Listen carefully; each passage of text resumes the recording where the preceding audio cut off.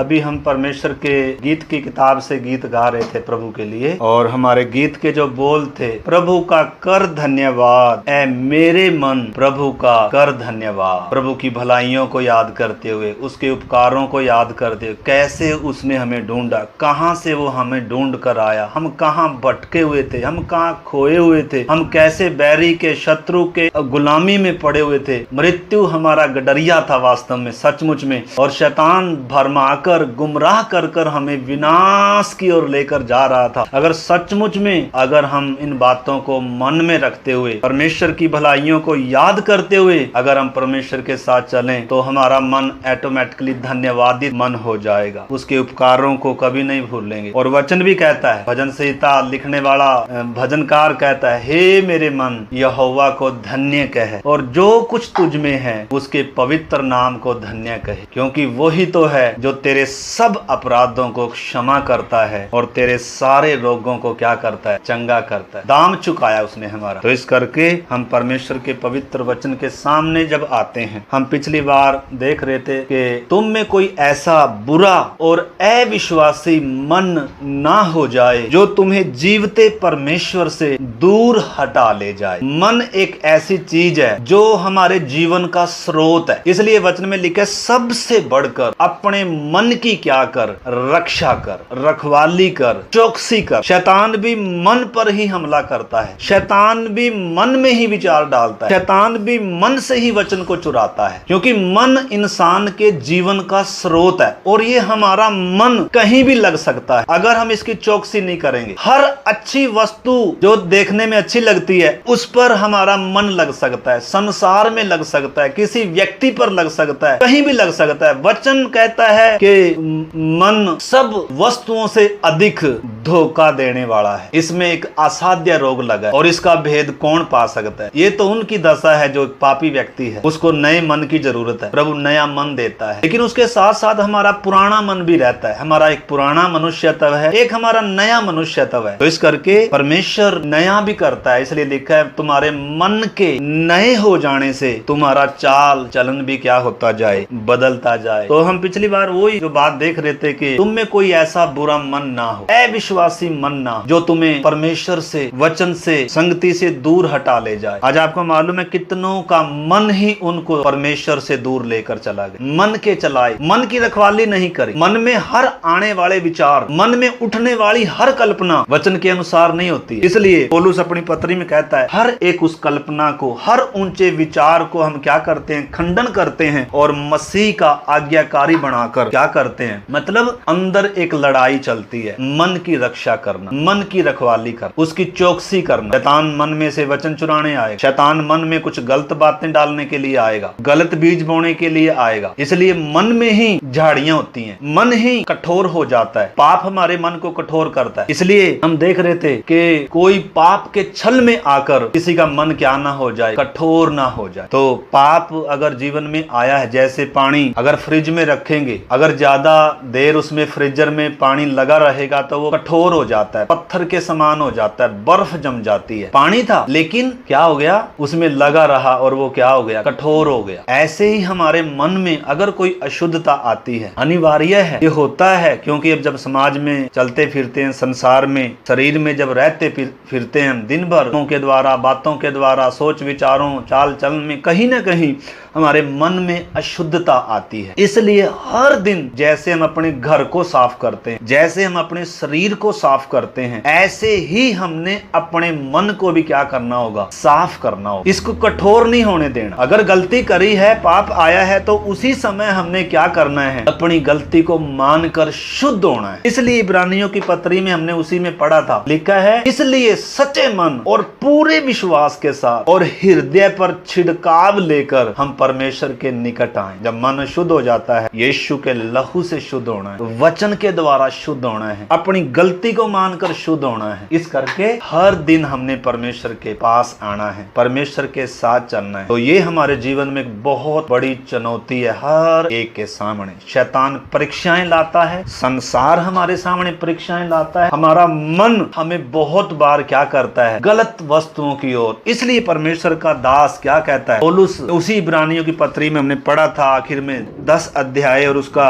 38-39 वचन पढ़ा था, मेरा धर्मी जन विश्वास से जीवित रहेगा, यदि वो पीछे हट जाए तो मेरा मन उससे प्रसन्न नहीं होगा। तो पीछे हटने का हर समय चांस रहता है। प्रभु से हट जाना, प्रभु से फिर जाना, किसी और की तरफ मन लग जाना, संसार की तरफ या किसी और व्यक्ति की तरफ, प्रभु से बढ़कर किसी और की तरफ मन लग जाना, हर समय मतलब प्रभु से हट जाने का एक चांस रहता है। इसलिए लिखा है, डरते और कांपते हुए अपने अपने उद्धार के काम को पूरा करो। पौलुस कहता है हम हटने वाले नहीं हैं कि नाश हो जाएं। हटने का मतलब है नाश हो। लिखा है हम आगे बढ़ने वाले हैं कि अपने प्राणों को क्या करें, बचाएं। तो नए लोगों के लिए भी है, अगर मन कठोर है तो उसमें वचन काम नहीं करेगा। और उद्धार पाए हुओं के लिए भी, अगर एक बार मन हमारा शुद्ध हुआ है तो हम ये ना सोचें कि अब तो स्वर्ग पक्का है। हर दिन शैतान मन पर हमला करता है, मन में नकारात्मक विचार डालता है, नेगेटिविटी डालता है, आपको मालूम है। और बहुत सारी परीक्षाएं भी आती हैं। इसलिए आइए हम परमेश्वर के पवित्र वचन में आज आगे बढ़ेंगे। आप पहले मेरे साथ निकाल लें भजन संहिता 141 अध्याय, भजन संहिता 141 अध्याय निकाल लें हम सब, और उसका हम पढ़ेंगे 3-4 वचन पढ़ेंगे। 4 वचन है लेकिन मैं 3 से पढ़ता हूं। हे यहोवा, मेरे मुख पर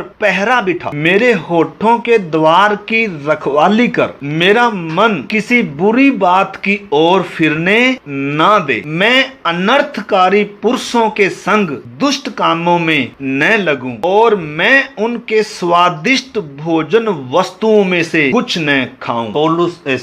परमेश्वर का जन भजनकार क्या कह रहा है, परमेश्वर के सामने क्या प्रार्थना कर रहा है, उसकी क्या विनती है। कह रहा है मेरे मुख पर पहरा बिठा, मेरे होठों के द्वार की रखवाली कर, और मेरा मन किसी बुरी बात की ओर फिरने ना दे। मतलब हमारा मन बुरी बातों की ओर लग जाता है, लगने का हर समय चांस है। बाजार में जब हम जाते हैं, मोबाइल जब हम देखते हैं, या कोई सोच विचार आ गया, या जब हम कुछ सुन रहे हैं, तो हमारे मन पर होता है सबसे पहला हमला। तो इस करके हमारी यही प्रार्थना होनी है, परमेश्वर मेरे मन को किसी व्यर्थ वस्तु की ओर ना फिरने दे, मेरा मन अपनी ओर लगाए रख, अपनी चितौनियों की ओर लगाए रख। मेरा मन प्रभु मैं क्या नहीं होने दूंगा, अशुद्ध नहीं होने दूंगा। इसलिए यीशु ने भी कहा है अपने पहाड़ी उपदेश में, धन्य वे हैं जिनके मन शुद्ध है। अगर हम शरीर में शुद्ध हैं, नहाए धोए, शरीर में पवित्र हैं, शुद्ध है, लेकिन अगर मन हमने शुद्ध नहीं किया, जैसे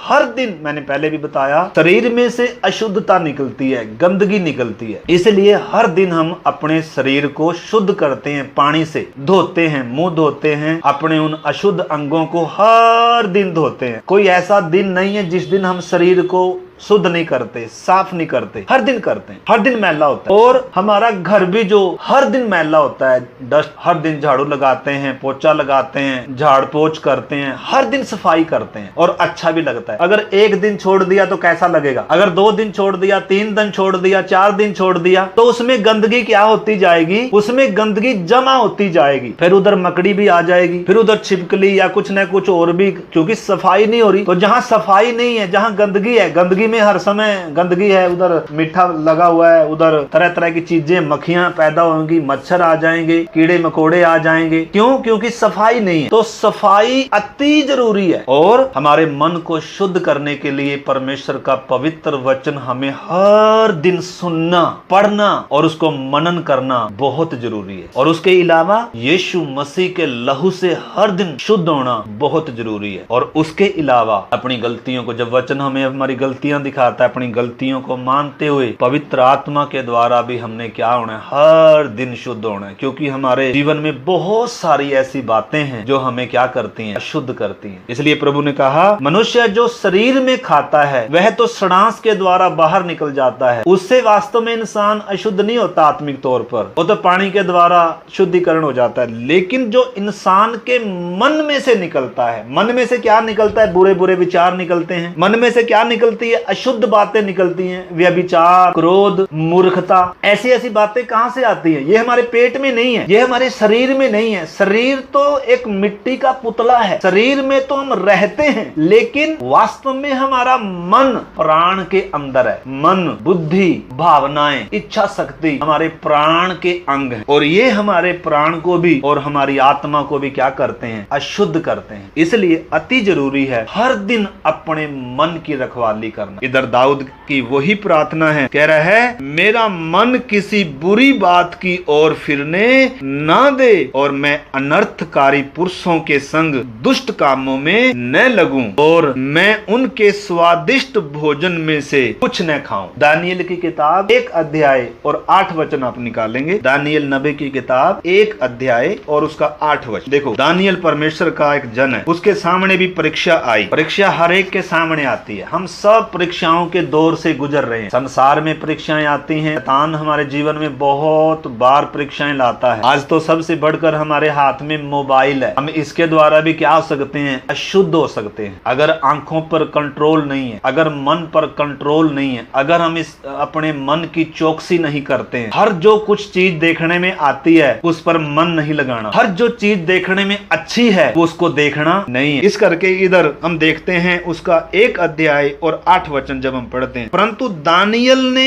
अपने मन में ठान लिया कि वह राजा का भोजन खाकर और उसके पीने का दाख मधु पीकर अपवित्र न होवे, इसलिए उसने खोजों के प्रधान से विनती करी कि उसे अपवित्र न होना पड़े। मतलब दानियल परमेश्वर का जन बाबुल की गुलामी में गए हुए हैं। सद्रक, मेशक, अबेदनगो, दानियल का जिक्र है इस दानियल की किताब में। इनके सामने बहुत बड़ी बड़ी परीक्षाएं आई। इनके सामने इस समय परीक्षा थी, राजा की मेज पर इन्होंने भोजन इनको मुहैया कराया गया। राजा ने इनको चुन लिया अपने महल में रहने के लिए, और उच्च कोटि का इनको क्या दिया गया? भोजन दिया गया। लेकिन यहूदी लोगों को परमेश्वर ने व्यवस्था में दिया था कि हर चीज नहीं तुमने खाना, कुछ चीजें ऐसी हैं जो तुम्हें क्या करेंगी? अशुद्ध करेंगी। तो दानियल उधर बोल सकता था, क्या करें, परिस्थिति ऐसी होगी, गुलामी के देश में है और अब क्या करें। मतलब परिस्थिति के सामने क्या हो सकता था? वो झुक सकता था, समझौता कर सकता था, लेकिन उसने मन में ठान लिया कि मैं क्या नहीं करूंगा, अपने आप को अशुद्ध नहीं करूंगा। जो चीजें आपको मालूम है हमें अशुद्ध कर सकती हैं, कोई भी चीज, अगर हम ये ठानेंगे नहीं अपने मन में, जैसे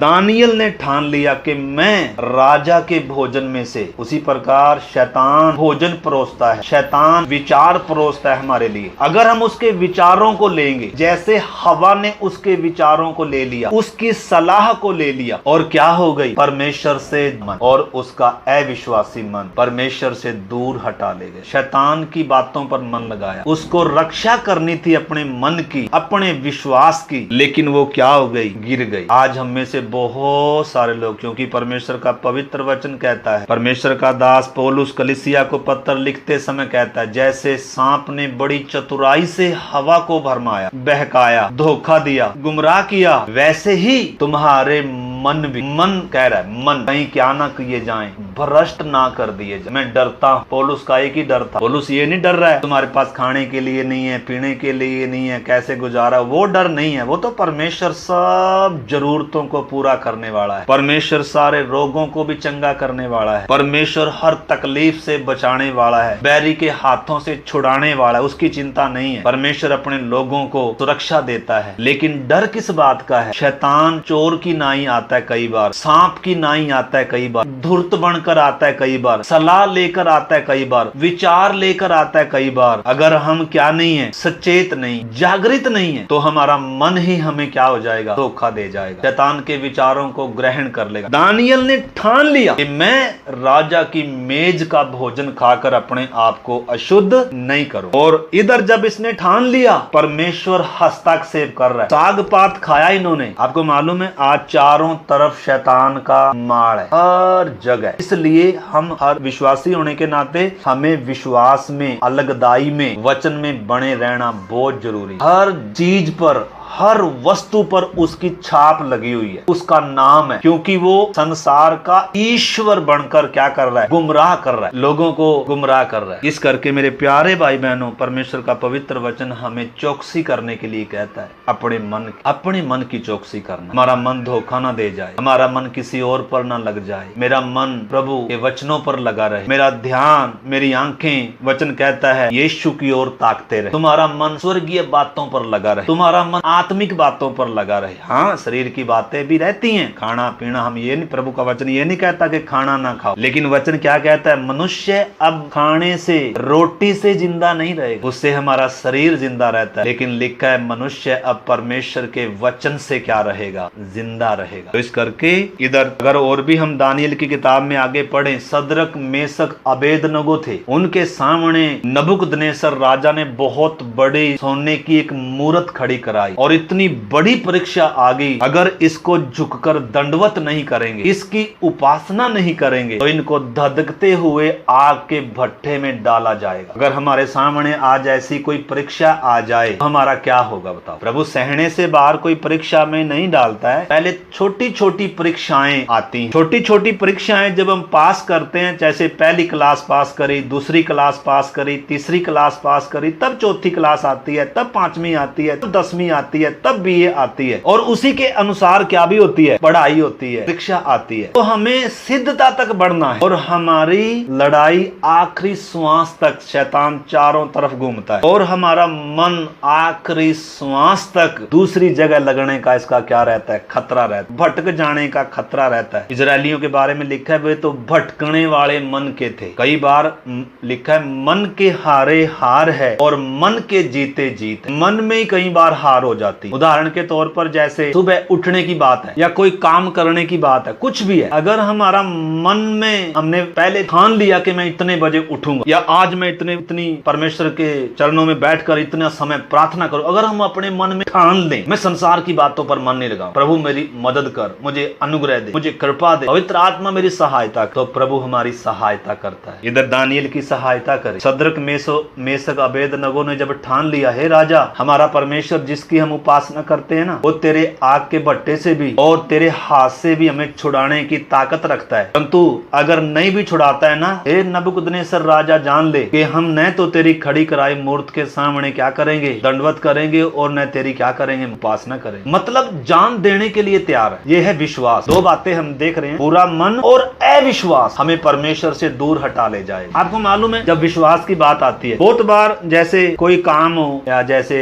शरीर में कोई तकलीफ है, बीमारी है, घर की कोई समस्या है, एक बार प्रार्थना करी, 2 बार प्रार्थना करी और वो ठीक नहीं हो रहा है, बातें हमारे फेवर में नहीं है बल्कि उल्टी होती जा रही है, तो हमारा मन क्या करे, कई बार क्या करता है, कुछ नहीं होता प्रार्थना करने, कुछ नहीं होता संगति में जाने, मतलब क्या आता है, अविश्वास आ जाता। परंतु ऐसे समय में, विपरीत हालातों में, हमने वचन कहता है अपने विश्वास की भी रखवाली करनी है और अपने मन की भी रखवाली करनी है। चारों तरफ समस्याएं बढ़ती जा रही हैं, ठीक होने की बजाय समस्या बढ़ती जा रही है, उस समय मेरे विश्वास को परखा जा रहा है। आपको मालूम है, मैं एक वचन पढ़ना चाहता हूँ, देखो, व्यवस्था विवरण 8 अध्याय निकाले मेरे साथ, का 2 से मैं पढ़ता। और स्मरण कर कि तेरा परमेश्वर यहोवा उन 40 वर्षों में तुझे सारे जंगल के मार्ग में से इसलिए ले आया है कि वह तुझे नम्र बनाए और तेरी परीक्षा करके यह जान ले कि तेरे मन में क्या क्या है। हमारे मन में क्या है वास्तव में कब पता चलता है, जब परीक्षा आती है, जब परिस्थिति चेंज होती है, जब कोई सुंदर वस्तु हमें दिखाई देती है। ऐसे अगर मैं दारू पीने वाला व्यक्ति हूँ, मान लो दारू या कोई और चीज, तो अगर वो चीज मेरे सामने नहीं, तब तक मैं क्या हूँ, तब तक मैं सही हूँ। लेकिन जैसे ही मेरे सामने क्या आएगी, वो चीज आएगी, वास्तव में उस समय है मेरे विश्वास की परख। तो प्रभु ने इजरायलियों को भी परखा, आदम हवा को भी परखा, प्रभु ने, परमेश्वर ने यीशु मसीह की भी परीक्षा हुई। हमारी तरह सब बातों में क्या किया गया, परखा गया, परीक्षाएं आई, लेकिन उसने अपने मन में ठान कर रखा हुआ था, मैंने अपने जीवन में पिता को प्रसन्न करना है, मैंने अपने जीवन में पिता की इच्छा को पूरा करना है। आपको मालूम है, 12 साल की उम्र में यीशु मसीह मंदिर में यहूदी बच्चों के साथ, माता पिता अपने बाल बच्चों के साथ साल में कम से कम 3 बार यरूशलेम में जाते थे पर्व मनाने के लिए। सब परिवार जाता। परमेश्वर ने पर्व दिए थे उनको कि हर किसी ने मुझे आकर अपना मुंह दिखाना है, पर्व मनाने ही मनाने थे। तो यीशु मसीह भी यूसुफ और मरियम के साथ पर्व मनाने के लिए यरूशलेम में गया, लेकिन उधर ही रह गया, उनसे सवाल जवाब कर रहा था। और उसके माता पिता जो यूसुफ और मरियम, वो हम सब जानते हैं, यीशु मसीह कुंवारी के द्वारा देहधारी हो। तो एक दिन का सफर निकल गए हो। वो सोच रहे थे कि यीशु मसीह हमारे साथ है। देखो, एक दिन का सफर पूरा निकल गए, लेकिन उनको पता ही नहीं है कि यीशु मसीह हमारे साथ है। उन्होंने सोचा है कि यीशु मसीह हमारे साथ ही है, शायद आज हमें ऐसा तो नहीं धोखा हो रहा हो, मैं ये सोचकर चल रहा हूँ यीशु मसीह मेरे साथ ही है, लेकिन कहीं ऐसा तो नहीं हो मैंने उसको कहीं छोड़ दिया, मैं आगे निकल गया। प्रभु ने मुझे कहीं रुकने के लिए कहा था, लेकिन मैं रुका ही नहीं। और जब होश आएगी, एक दिन बाद, 2 दिन बाद, 3 दिन बाद, जब देखेंगे अरे यीशु कहाँ है, मेरे जीव है ही नहीं वो तो। और तब फिर कूदते कूदते यूसुफ और मरियम एक दिन का सफर निकल गए थे, एक दिन फिर वापिस आए, यानी कि 2 दिन ऐसे निकल गए। और आकर जब मंदिर में आए, उस समय 12 साल की उम्र में भी यीशु मसीह क्या कह रहा है मरियम, जब वो कह रही है, कह रहा है हम तो तुझे कूदते हुए ढूंढ रहे हैं, लेकिन यीशु मसीह क्या कहता है, क्या तुझे मालूम नहीं है कि मुझे मेरे पिता के भवन में रहना अवश्य है, मुझे मेरे पिता के काम को करना अवश्य है। मतलब उधर थोड़ी सी अपनी झलक बता रहा है। 12 साल की उम्र में भी उसको मालूम है मुझे क्या करना है, उसको मालूम है कि मैं धरती पर क्यों आया, मेरे जीवन का मकसद क्या है। बहुत बार हम अपने जीवन का मकसद निर्धारित नहीं करते, अपने जीवन का लक्ष्य निर्धारित नहीं करते। एक माँ बाप चल रहे हैं तो बच्चे भी विश्वास कर लेते हैं, पति ने विश्वास कर लिया तो पत्नी भी विश्वास कर लेती है। तो ऐसे विश्वास से नहीं, जब तक वो चलेंगे हम भी चलेंगे, जब वो हट गए तो हम भी हट जाएंगे। क्योंकि हमने किसको देखकर चले, हमने किसको देखकर बपतिस्मा लिया, हमने किसको देखकर प्रभु को अपना जीवन दिया। जब तक वो चलेंगे तब तक हम भी चलेंगे। लेकिन अगर सचमुच में हमने अपने जीवन को, जीवन के मकसद को, जीवन के उद्धारकर्ता को सचमुच में अगर पहचाना है और अपने जीवन में एक निर्णय लिया है, तो फिर हम निशाने की ओर ताकते हुए चले। इस करके मेरे प्यारे भाई बहनों, परमेश्वर का वचन इधर क्या कहता है, इधर जो हम पढ़ रहे हैं, लिखा है तेरे मन में क्या क्या है और तू उसकी आज्ञाओं का पालन करेगा या नहीं। उसने तुझको नम्र बनाया और भूखा भी होने दिया, फिर वह मन्ना जिसे न तू और न तेरे पुरखा ही जानते थे वही तुझको खिलाया, इसलिए कि वह तुझे सिखाए कि मनुष्य केवल रोटी ही से नहीं जीवित रहता, परंतु जो जो वचन यहोवा के मुख से निकलता है उन्हीं से वह जीवित रहता है। मतलब परमेश्वर कई बार बीमार होने देता है, बीमारी, दुख, तकलीफ की। हम सब मनुष्य हैं, हमारा शरीर मिट्टी का है, अभी मिट्टी के शरीर का उद्धार नहीं हुआ, इसमें दुख आता है, तकलीफ आता है, सारी बीमारी भी आती है, कमी घटी पैसे की तकलीफ आती है, कई बार समाज से, परिवार से बहुत सारी दिक्कतें आती हैं, परेशानियां आती हैं, और प्रभु आने भी देता है। परंतु सारी परिस्थितियों में हमने अपने विश्वास की क्या करनी है, रखवाली करनी, अपने मन की क्या करनी है, रखवाली कर, अपने मन में निश्चय ठान कर चलना है कि चाहे आंधी आए, चाहे तूफान आए। मोबाइल यूज करने का जब बात है, मोबाइल के साथ भी हमने क्या करना है, ठान लेना है अपने मन में कि मैं इसमें प्रभु कोई गलत चीज का सेवन नहीं कर। संसार में रहते समय संसार की उन वस्तुओं से प्रभु मैं क्या नहीं करूंगा। मतलब अपने आप को जैसे दानियल ने अपने मन में ठान लिया, जैसे सदरक, मेसक, अबेदनगो ने अपने मन में ठान लिया, जैसे मूसा के बारे में लिखा, जब मूसा जवान हुआ तो उसने अपने मन में ठान लिया उसे क्या करना है। तो जब तक हम ठानेंगे नहीं, रूत के बारे में अगर आप पढ़े, रूत ने अपने मन में ठान लिया कि मुझे क्या करना है। हर एक ने अपने जीवन का लक्ष्य खुद निर्धारित करना है। हमारे जीवन का लक्ष्य है हमारा माँ बाप, हाँ माँ बाप हमारे तात्कालिक जो दुनियावी बातें हैं, कहाँ पढ़ाई लिखाई करनी है, या अगर हम उतने ना समझ हैं तो कहाँ शादी करना है, कहाँ स्कूल ज्वाइन करना है, कहाँ नौकरी करनी है। हमारे बड़े बुजुर्ग हमारा फैसला लेते हैं, क्योंकि हम शायद उनमें सक्षम नहीं है फैसला लेने में, उनको अनुभव है, और हमें होना भी चाहिए, अपने बुजुर्गों का सम्मान करना चाहिए और उनकी आज्ञा माननी चाहिए। अपनी मन मर्जी कभी नहीं करनी चाहिए, क्योंकि अभी तो हमें मालूम नहीं है, लेकिन आगे चलकर पता चलेगा। इसलिए लिखा है, यदि तू भटकना चाहता है तो शिक्षा को सुनना क्या कर दे, छोड़ दे। तो मेरे प्यारे भाई बहनों, इधर परमेश्वर का पवित्र वचन कहता है, परमेश्वर कई बार हमारे जीवन में दुख, तकलीफ, समस्याओं को अनुमति देता है, क्योंकि तभी तो हम परखे जाते हैं, तभी तो हमारा विश्वास परखा जाता है। इस करके हमें अपने विश्वास की रखवाली करनी है। अविश्वासी मन नहीं होना। इजरायलियों के जीवन में आपको मालूम है एक पूरी पीढ़ी क्या हो गई, जंगल में ढेर हो गई। इस करके ये दूसरी बार परमेश्वर का दास मूसा अगली पीढ़ी को, नई पीढ़ी को बता रहा है कि परमेश्वर तुम्हें 40 साल उस जंगल में इसलिए थोड़ा लेकर आया था कि तुम्हें नाश करे या तुम्हें दुख दे। उसके पीछे परमेश्वर की मनसा बहुत अच्छी थी। वो तो समझ नहीं पाए, वो तो हटीले मन के थे, वो तो बुरे मन के थे। उन्होंने तो अपना मन मिस्र की वस्तुओं पर लगाया। उनके मन में तो कभी परमेश्वर के प्रति धन्यवाद उन्होंने किया ही नहीं है। उनके मन में मिस्र था। उन्होंने मन्ना परमेश्वर ने ताजा भोजन हर दिया, मन्ने पर भी उन्होंने बुड़बुड़ाया और उन्होंने पत्थर उठाए। इस करके नई पीढ़ी को दोबारा से मूसा उस व्यवस्था को दे रहा है कि तुम अपनी उस पीढ़ी के समान नहीं बनना। परमेश्वर बुरा नहीं है, परमेश्वर भला है। जो परीक्षा आती है, जो दुख तकलीफ आता है, वो हमारे भले के लिए आता है। इस करके परमेश्वर का पवित्र वचन क्या कहता है, अगर इसी का हम 16 वचन पढ़ते, 8 का 16 वचन लिखे, और तुझे जंगल में मन्ना खिलाया जिसे तुम्हारे पुरखा जानते भी न थे, इसलिए कि वह तुझे नम्र बनाए और तेरी परीक्षा करके अंत में तेरा भला ही करे। भलाई के लिए परमेश्वर करता है, हमारी भलाई के लिए। अभी भी परमेश्वर हमारे बुरे के लिए नहीं करता। शैतान हमेशा बुरे के लिए करता है। शैतान हमेशा जो परीक्षा लाता है हमें गिराने के लिए, लेकिन परमेश्वर अनुमति देता है ताकि हम उस पर जय पाएं। शैतान को बनाया परमेश्वर ने इसीलिए ताकि हम उसके ऊपर जय पाएं, उसकी चालों के ऊपर जय पाएं, उसकी सलाहों के ऊपर जय पाएं। इस करके उद्धार पाने के बाद भी हमारा मन हमें क्या कर सकता है। तो आज अभी हम प्रार्थना कर रहे हैं, हम में से कितनों का मन अविश्वास से भरा हो और कितनों का मन जीवते परमेश्वर से,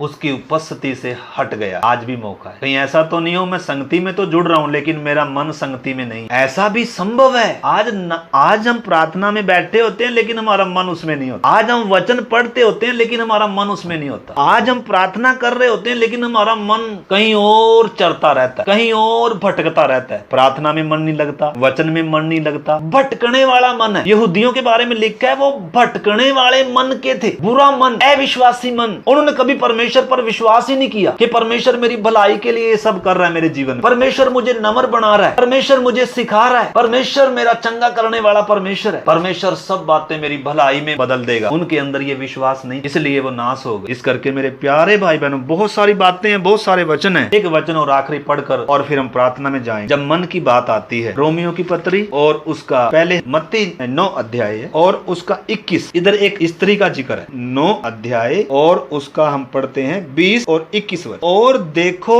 एक स्त्री ने जिसको 12 वर्ष से लहू बहने का रोग था, पीछे से आकर उसके वस्त्र के आंचल को छू लिया, क्योंकि वह अपने मन में कहती थी, अपने मन में कहती थी। बहुत बार हम जुबान से तो कहते हैं लेकिन हमारे मन में विश्वास नहीं होता। लेकिन इस बहन ने मुंह से नहीं कहा बल्कि मन में ठान लिया था। इसके मन में वो विश्वास था, मन ही मन कह रही थी। क्या कह रही थी? कह रही है क्योंकि वह अपने मन में कहती थी, यदि मैं उसके वस्त्र के छोर को छू लूंगी तो मैं चंगी हो जाऊंगी। और हुआ भी ऐसा। मतलब विश्वास की बात आ रही, ऐसा विश्वास। यीशु कहता है मैंने इजराइल में भी नहीं पाया। बहुत सारे लोग थे यीशु मसीह पर गिरे पड़ रहे थे, लेकिन ये गिरी नहीं पड़ रही। इसका क्या विश्वास था? मैं पीछे से जाकर, कैसे इसने हिम्मत जुटाई। 12 साल से बीमार व्यक्ति है, सारे डॉक्टरों के पास जा जाकर अपनी सारी संपत्ति उसने वैद्यों की पर खर्च कर दी अपनी बीमारी पर, लेकिन कहीं चंगी होने की बजाय उल्टा और बीमार होती जा रही थी। तो कमजोर औरत, बीमार औरत, कैसे इसने हिम्मत जुटाई? भीड़ के बीच में से पीछे से आ रही है और क्या कह रही है? अपने मन में सोच कर आ रही है, अपने मन ही मन बोलती हुई आ रही है, मैं यीशु। इसने यीशु के बारे में सुना है। मतलब ऐसा विश्वास, दानियल जैसा विश्वास, सद्रक मेसक जैसा विश्वास, दाऊद जैसा विश्वास, इस स्त्री जैसा भी बुरा मन नहीं, अविश्वासी मन नहीं, जो जीवते परमेश्वर से दूर हटा ले जाए। लेकिन पौलुस कहता है हम हटने वाले नहीं है कि नाश हो जाएं, हम विश्वास करने वाले कि अपने प्राणों को बचाएं। इस करके मेरे प्यारे भाई बहनों, अभी हम प्रार्थना करते हैं, लेकिन एक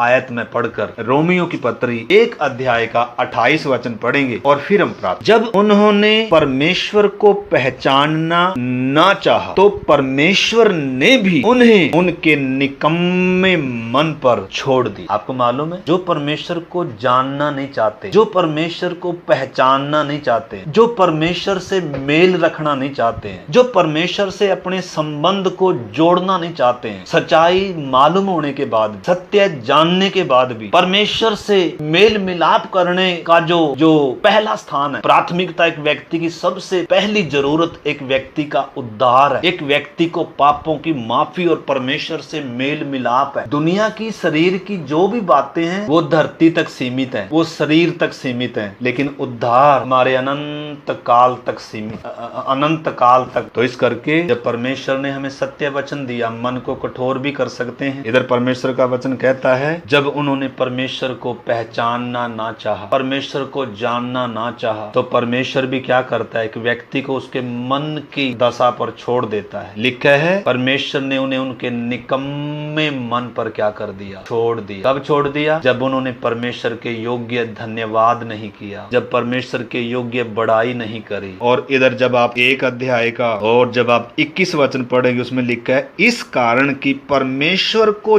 जानने पर भी उन्होंने परमेश्वर के योग्य बड़ाई और धन्यवाद न किया, परंतु व्यर्थ विचार करने लगे, यहाँ तक कि उनका निर्बुद्धि मन अंधेरा हो। निर्बुद्धि मन, तो मन पर हम बात कर रहे हैं, विश्वास पर हम बात कर रहे हैं। मन की रक्षा करना, मन को प्रभु की ओर लगाना, मन को शुद्ध होने से अशुद्ध होने से बचाना। तो इधर परमेश्वर का वचन साफ कहता है, परमेश्वर मौका दे और परमेश्वर चाहता है हम उसके योग्य चाल चले, उसके योग्य बड़ाई करें, उसके योग्य धन्यवाद करें, उसके योग्य हम क्या दें, फल दें, उसके योग्य हम क्या करें, उसके साथ चलें। परमेश्वर ने हमें अपने साथ चलने के लिए रचा है, परमेश्वर ने हमें अपनी महिमा के लिए रचा है। तो इस करके अगर हम परमेश्वर को पहचानना ना चाहें मेरे प्यारे भाई बहन, तो खतरा क्या हो जाता है। अगर हम परमेश्वर से मेल मिलाप करना ना चाहें, परमेश्वर ने जब मेरी तरफ हाथ बढ़ाया, परमेश्वर ने जब स्वर्ग से मेरी तरफ हाथ बढ़ाया, लेकिन अगर मैं हाथ नहीं बढ़ा रहा, मैं आगे से क्या नहीं कर रहा, अगर कोई मेरे दरवाजे को खटखटा रहा है, 1 बार हो गया, 2 बार हो गया, कोई भी, आज मैं कहीं बता रहा था वहां सिस्टर के यहाँ, अगर आपके दरवाजे पर कोई आकर 2 बार 3 बार खटखटाएगा और आप ना खोलोगे, तो व्यक्ति निराश होकर चला जाता। लेकिन प्रभु आपको मालूम है, आज भी जिन्होंने अभी तक अपना मन का दरवाजा नहीं खोला, प्रभु आज भी उनके दिल के द्वार पर खटखटा रहा है। आज इस समय भी खटखटा रहा है, जबरदस्ती नहीं करता। जब तक आप अपने मन का द्वार नहीं खोलेंगे, तब तक वो अंदर नहीं आए। इस करके प्रभु दरवाजे पर खड़ा हुआ खटखटाता। प्रभु कहता है, देख मैं द्वार पर खड़ा हुआ खटखटाता, जो कोई द्वार खोले, जो कोई मेरा शब्द सुनेगा, द्वार खोलेगा, तो सबसे पहले उसको पहचानना है द्वार पर खटखटाने वाला कौन, अपनी दशा को पहचानना है, अपनी पापी होने की दशा को पहचानना है, और यीशु के लिए अपना मन खोलना। मन का दरवाजा बंद नहीं रखना जिन्होंने अभी तक उद्धार नहीं पाया, और जिन्होंने उद्धार पाया है उन्होंने अपने मन की रक्षा करनी। इस मन में किसी और को बसने नहीं देना, यीशु से बढ़कर किसी और को जगह नहीं देनी है। हमारे जीवन में परीक्षाएं आती हैं, यीशु को या किसी और को। तो इस करके आइए इन बातों को आगे रखते हुए मेरे प्यारे भाई बहनों प्रार्थना करते और एक दृढ़ निश्चय के साथ उठे, मैं अपने मन की रक्षा करूंगा, मैं अपने विश्वास की रखवाली करूंगा और मैं अपने मन को प्रभु की ओर लगाऊंगा। प्यारे प्रभु, इस पवित्र वचन के लिए आपका धन्यवाद करते हैं। संध्या के लिए हम सबको प्रभु जी अपने मन की चौकसी करने के लिए, अपने मन की रखवाली करने, प्रभु हमारा मन बुरा ना हो जाए, अशुद्ध ना हो जाए, कठोर ना हो जाए, कहीं और ना लग जाए, या शैतान इसमें से कुछ चुरा ना ले जाए, अच्छी बात, या प्रभु इसमें कुछ गलत विचार या बीज बो करना चला जाए। हम सबको अपने मन की प्रभु रखवाली करने के लिए प्रभु हम सब की सहायता, और अपने विश्वास की रखवाली करने के लिए हम सब की सहायता, ताकि प्रभु हम पीछे हटने वालों में ना, बल्कि हम आगे बढ़ने वालों में हो और आपको प्रसन्न करने वालों में, आपकी खुशी के लिए जीने वालों में हो। प्रभु आप हम सबको ऐसी कृपा। धन्यवाद, आपने हमारी प्रार्थना को सुना, यीशु मसीह के नाम से आमीन। सबको जय मसीह की।